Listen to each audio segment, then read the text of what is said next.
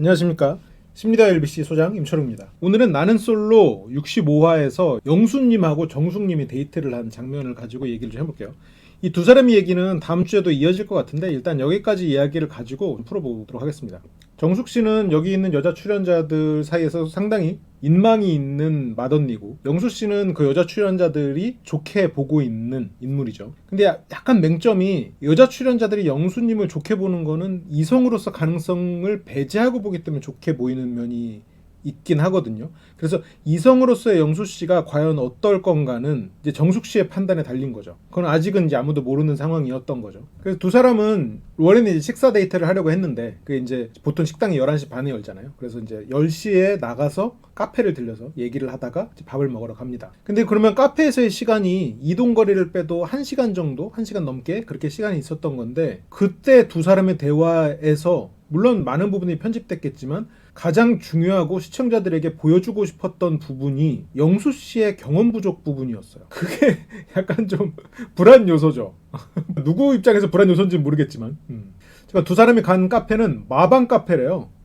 카페 안에 마구간이 있는 거예요. 처음 봤어요, 이런 거는. 그래서 말한테 나중에 당근도 줄 수 있고, 당근도 같이 주면서 어떤 말에 대한 이야기를 할 수도 있고, 그 당근 주는 상황 그 자체도 상당히 재밌게 연출될 수 있는 요소들이 많은데, 그런 게 전부 편집됐다는 건 이 시간이 없었거나 아니면 그 상황이 너무 뭐 별로 보여줄 게 없었거나, 어쨌건 그게 없다는 게 좀 의외였거든요. 왜냐면 말을 주려고 당근까지 갖고 와놓고 말한테 뭔가 당근 주고 이런 모습들이 안 나온 걸 보면 모르죠. 뭐 정숙 씨가 지금 어떻게 보면 좀 화려한 원피스를 입고 있다 보니까 말한테 당근 주고 이런 게 좀 어려웠을 수도 있죠. 근데 얘기를 하다가 약간 시간을 놓쳐버린 게 아닌가 그런 생각도 조금 들거든요. 여기에서 이제 어떤 장면이 나오냐면, 정숙 씨가 연애 경험을 물어보는데 영수 씨가 결혼하기 전까지 서너 명 정도 있었다. 평균보다는 조금 적은 수이긴 하지만 평범하다 생각할 수 있는 범주죠. 근데 여기서 정숙 씨가 제일 오래 사귄 게 얼마냐라는 거에 한 달이 안 된다는 거예요. 여기서 정숙 씨가 조금 놀래죠. 그래서 전처도 한 달도 안 사귀고 결혼을 했다. 그래서 길게 사귈 만한 그런 환경이 안 됐다. 그리고 이 전에 두 사람의 대화에서는 뭐 아내와는 전혀 연락을 하지 않는다. 약간 이런 것들이 정숙 씨가 저런 얘기들을 가지고 맞추는 퍼즐에는 지금 영수 씨가 이렇게 배려심 깊고, 물론 영수 씨가 착하고 배려심 깊은 그런 사람은 맞지만, 이렇게 이성을 대하는 이런 태도가 이 사람이 원래 안 하던 행동을 지금 와서 노력하고 있구나라는 판단은 했을 것 같긴 해요. 그러니까 이게 영수 씨가 이렇게 노력하면 할 수 있는 사람이고 좋은 사람인 건 맞는데, 이거를 지금 의식적으로 노력해가면서 하고 있는 거지. 그러니까 정숙 씨 입장에서는 이 사람이 겉다르고 속다르고 이렇다는 뜻이 아니라 그냥 원래 이런 모습은 아닐 수도 있겠다라는 생각을 하게 된 시점이었을 수도 있을 것 같아요. 또 전처를 어떻게 만났냐, 뭐 소개팅으로 만났냐 이렇게 물어봤을 때 다음 카페 뭐 댄스 동아리, 어떻게 보면 TMI가 막 쏟아지는 거지. 한 달밖에 연애를 안 했는데 그 안에 TMI가 막 가득해. 이 사람이랑 길게 연애를 했어도 솔직히 짧게 얘기하려면 얼마나 짧게 할 수 있거든요. 근데 연애 기간이 길지 않은데 지금 이렇게 TMI가 나온다는 거는 정숙 씨 입장에서는 조금 물음표가 들 수 있는 면이 있는 것 같아요. 왜냐면 지금 이 카페에서의 시간이 1시간밖에 없단 말이에요. 그래서 조금 더 좋은 인상을 남길 수 있는 이야기들을 선택할 수 있는 여지가 있거든요. 그리고 소개팅에 나가서 나 혼자만 좋았다고 착각하게 되는 그런 사람들이 흔히 저지르는 실수인데, 그건 그 사람이 나쁘고 좋고를 떠나서 어떻게 보면 대화의 기술적인 측면인데 너무 영수 씨만 말해요. 물론 정숙 씨가 질문을 해서 그럴 수는 있겠죠. 질문 위주로 해서 정숙 씨가 알고 싶은 게 많아서 그랬을 수도 있겠지만, 한편으로는 영수 씨는 정숙 씨한테 궁금한 게 없나? 라는 생각이 드는 거죠. 당장 뭐 정숙 씨가 뭘 좋아하는지, 예를 들어서 말 가지고도 얘기도 할 수 있고, 당근으로 뭐 말한테 줘본 적 있어요? 아니면 뭐 여러 가지 얘기할 수 있잖아요. 뭐 경마공원 얘기를 나눌 수도 있는 거고, 이런 카페 처음 와봤다는 얘기를 할 수도 있을 거고, 뭐 그 말에 얽힌 여러 가지 에피소드도 얘기하려면 얘기할 수 있잖아요. 아니면 물어보려면 물어볼 수 있고, 뭐 동물을 좋아하냐고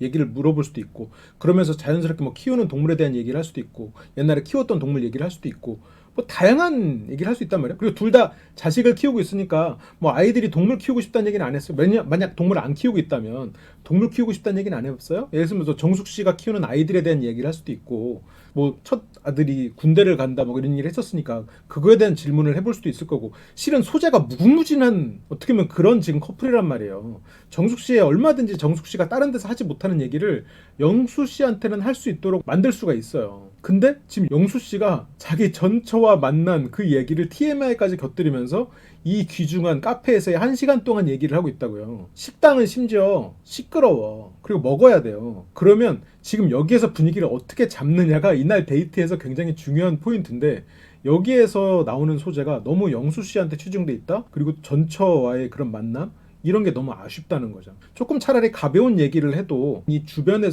소품들을 이용해서 얘기를 끄집어내면서 자연스럽게 이 사람이 일상으로 녹아드는 이야기를 풀어나갈 수 있는데, 이게 너무 이런 식으로 얘기를 해버리면 정숙 씨 입장에서는 이 사람이 좀 경험이 부족하구나, 지금 되게 애쓰고 있구나, 하지만 나랑 약간 좀 다른 결의 사람이구나 라고 느껴버릴 수가 있지 않았을까 싶어요. 물론 모르죠. 여기 등장하지 않은, 아니면 제가 놓친 다른 이유가 있을지 모르겠지만, 정숙 씨는 좀 그런 면에서 연애하기는 좀 힘들겠다 생각을 하고 있을 가능성이 있는 것 같아요. 그리고 영수 씨가 이제 화나지 않고 항상 둥글둥글한 게 넘어간다. 그리고 아무리 잘난 사람이라도 다른 사람을 무시하는 거는 되게 싫어한다. 어떻게 보면 이런 것들이 정숙 씨가 느끼기에는 좀 가볍게 그냥 솔직한 대화를 나누기에는 영수 씨가 좀 너무 좋은 사람으로서 보여지려고 애를 쓰고 있거나, 아니면 너무 좋은 사람이거나 해서 정숙 씨가 그냥 자기를 내려놓고 대화하기가 좀 어렵겠구나 라고 좀 자꾸 거리를 두게 되는 그런 결과가 있는 것 같아요.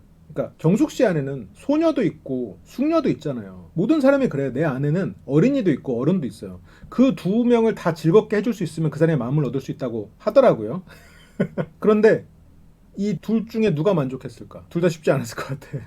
그러니까 이 사람과 가벼운 얘기도 얼마든지 할 수 있고 깊이 있는 얘기도 얼마든지 할 수 있고, 그러면서 두 가지가 다 즐거울 수 있으면 최고인데, 영수 씨와의 시간은 정숙 씨 입장에서는 둘 다 만족하지 못했어. 그렇다고 정숙 씨가 자기가 편하게 얘기를 할 수 있는 대상도 아닌 거고, 이제 그런 면에서 자꾸 뭐랄까 영수 씨는 점수를 잃고 있었던 게 아닐까라는 생각이 들어요. 너무 원론적인 좋은 사람 모습의 이야기. 근데 마지막에 가요 이제 이랬을 때 당근이 남아있는 걸로 봐서는 말한테 당근 안 줬어. 당근을 좀 주지.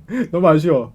그러면서 할 얘기가 되게 많았을 텐데 너무 자기 이야기를 풀어나가는 데만 집중한 면이 있는 것 같아요. 물론 긴장해서 그랬을 수도 있겠죠. 그리고 영수 씨가 차에 타가지고 아침부터 속이 좀 안 좋아서 화장실 2번 정도 갔다 왔다는 말을 하는데, 나였다면, 내가 만약 설사가 났거나 배가 아팠거나 그렇다면, 내가 오늘 정숙 씨랑 만나려고 너무 긴장했나 봐요. 계속 배가 아파요. 나 오늘 좀 부끄러운 모습 보일까봐 더 긴장나니까 더 배가 아프네. 큰일 났네. 이거 어떡하죠? 이렇게 말을 했을 것 같아. 차라리 어차피 내가 화장실 가는 그런 걸 해야 됐다면, 그러니까 널 만나서 내가 너무 긴장했다. 근데 이게 그냥 아침에 화장실 2번 갔다 왔다, 이 얘기 굳이 TMI잖아요. 굳이 안 해도 되는 얘기잖아. 그냥 지금 좀 속이 안 좋네요. 배가 아프네요. 이게 내가 긴장하거나 누구 막 설레는 마음이 뱃속에 나비라고 하더니 지금 막 나비가 너무 날갯짓을 해가지고 죽겠네. 이거 어떡하지? 이게 더 상대 입장에서는 좀 불편하지 않는 이야기처럼 들렸을 것 같은데, 지금 영수 씨가 이게 너무 자기 위주의 이야기, 그리고 그런 면에서 약간 센스 없는 사람처럼 느껴졌을 텐데, 이런 것까지 하다 보니까 정숙 씨 입장에서는 약간 너무, 정숙 씨는 약간 어떤 면에서는 좀 젊게 살잖아요. 옷 입는 것도 그렇고 어린 친구들이랑 잘 어울리는 것도 그렇고, 만나는 고객들도 굉장히 젊은 층도 많을 거니까 어떻게 보면 되게 젊은 사고를 유지하고 이제 그렇게 사는 사람일 텐데, 그런 거에 비해서 영수 씨가 너무 좀 자꾸 이렇게 어른 같은 그런 발언을 하는 거가 정숙 씨 입장에서는 좀 충격이라고 할까요? 그런 게 좀 느껴질 수 있겠죠. 그 이유는 기름진 거 먹었다, 장에서 계속 신호를 보낸다. 이제 그런 말 할 필요 없지. 내가 뭐든지 잘하려고 애를 쓰다 보면 자꾸 더 긴장돼가지고 실수한다던데, 너 내가 너무 신경을 쓰고 있나 봐요. 좋게 보이고 싶어가지고 자꾸 내가 이런 쪽으로 얘기를 풀어가야 같은 문제여도 좀 더 좋게 보이지 않을까 생각이 들어요.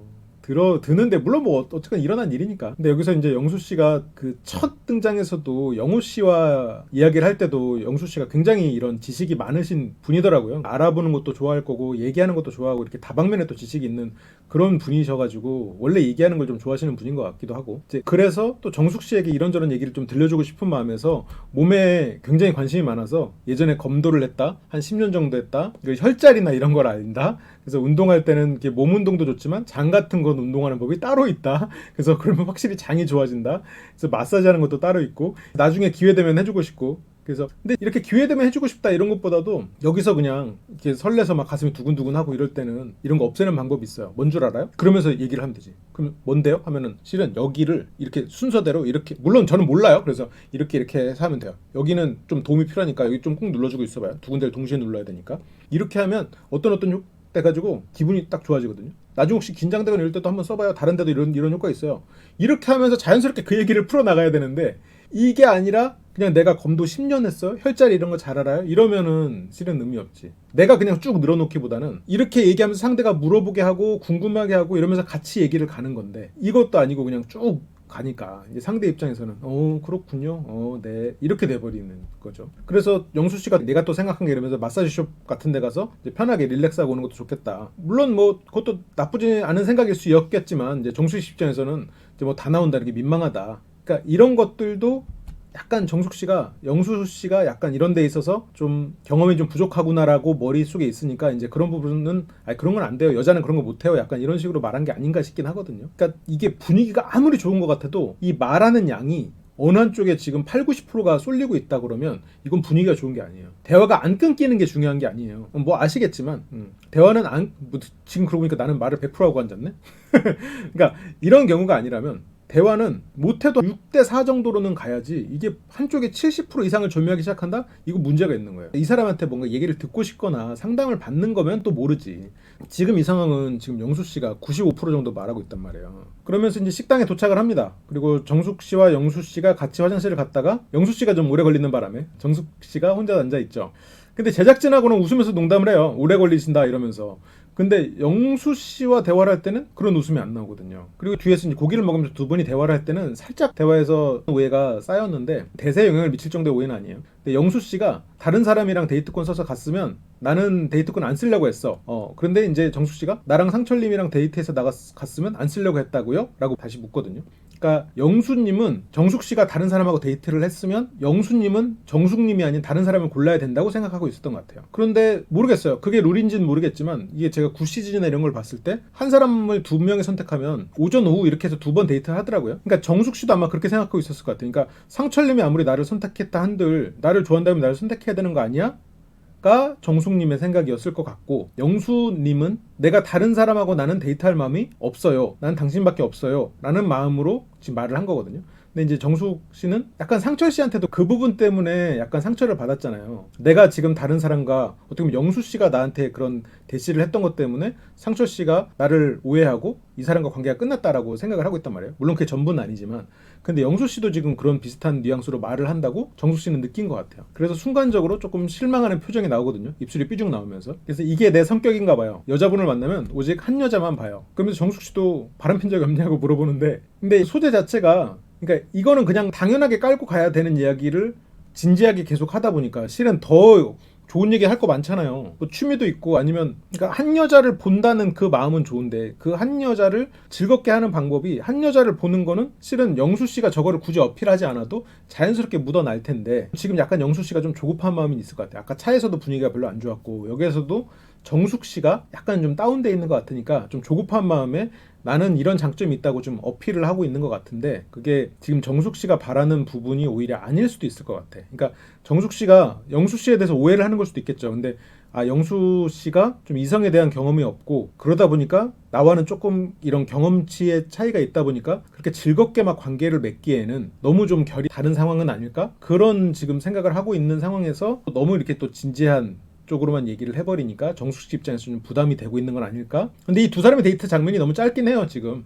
조금 더 봐야 될 것 같긴 한데 그러면서 이제 영수 씨가 이제 마음이 이뻐야 된다 이제 그런 얘기를 하는데 정숙 씨는 지켜보면 알겠죠라는 말을 한단 말이죠. 그러니까 정숙 씨가 약간 영수 씨의 마음에 물음표가 있어요. 왜냐면 영수 씨가 처음에 정숙 씨의 외모에 대해서 계속 칭찬을 했었거든요. 근데 여기서는 또 마음을 얘기하고 있단 말이에요. 이제 그런 것들을 보면서 정숙 씨가 지금 약간 영수 씨에게 물음표가 들어간 그런 장면이 아니었나 싶어요. 이런 걸 보면 이 두 분도 좀 어렵지 않겠나. 왜냐면 정숙 씨가 영수 씨에 대해서 관심이 처음에 있었으면 영수 씨가 예를 들어서 뭐 저렇게 나랑 결이 다른 사람이거나 저렇게 좀 센스가 없는 부분들이 노력에 의해서 커버되고 있어도 괜찮아요. 그런데 정숙 씨는 애초에 영수 씨를 이성으로서 보기 시작한 시점이 그 노력이었단 말이에요. 근데 그 노력이 이 사람의 기본값이 아니라 여기에 와서 이 사람이 노력하고 있는 거라면 그걸 좋아하는 사람도 있지. 근데 정숙 씨 생각에는 이게 이 사람의 본 모습은 아니고 노력 중이구나로 느껴지면서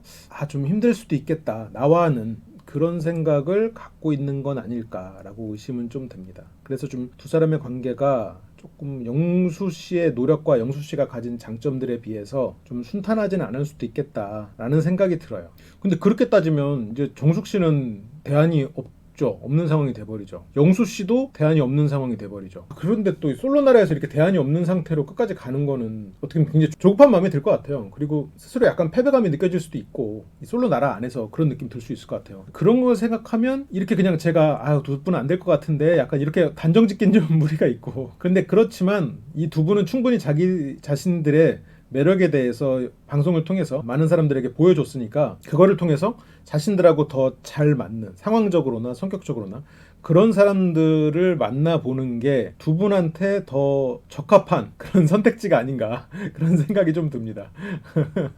서로가 만족할 수 없고 그런 상황에서 굳이 억지로 선택할 필요는 없는 거잖아요. 이제 그렇게 생각하고 있는 게 아닐까 싶어요. 지금 그렇습니다. 이 두 분에 대해서는 또 계속 회차를 거듭해가면서 이야기를 나눠보도록 하죠. 그러면 시청해주셔서 감사하고 저는 다음 시간에 돌아오도록 하겠습니다. 감사합니다.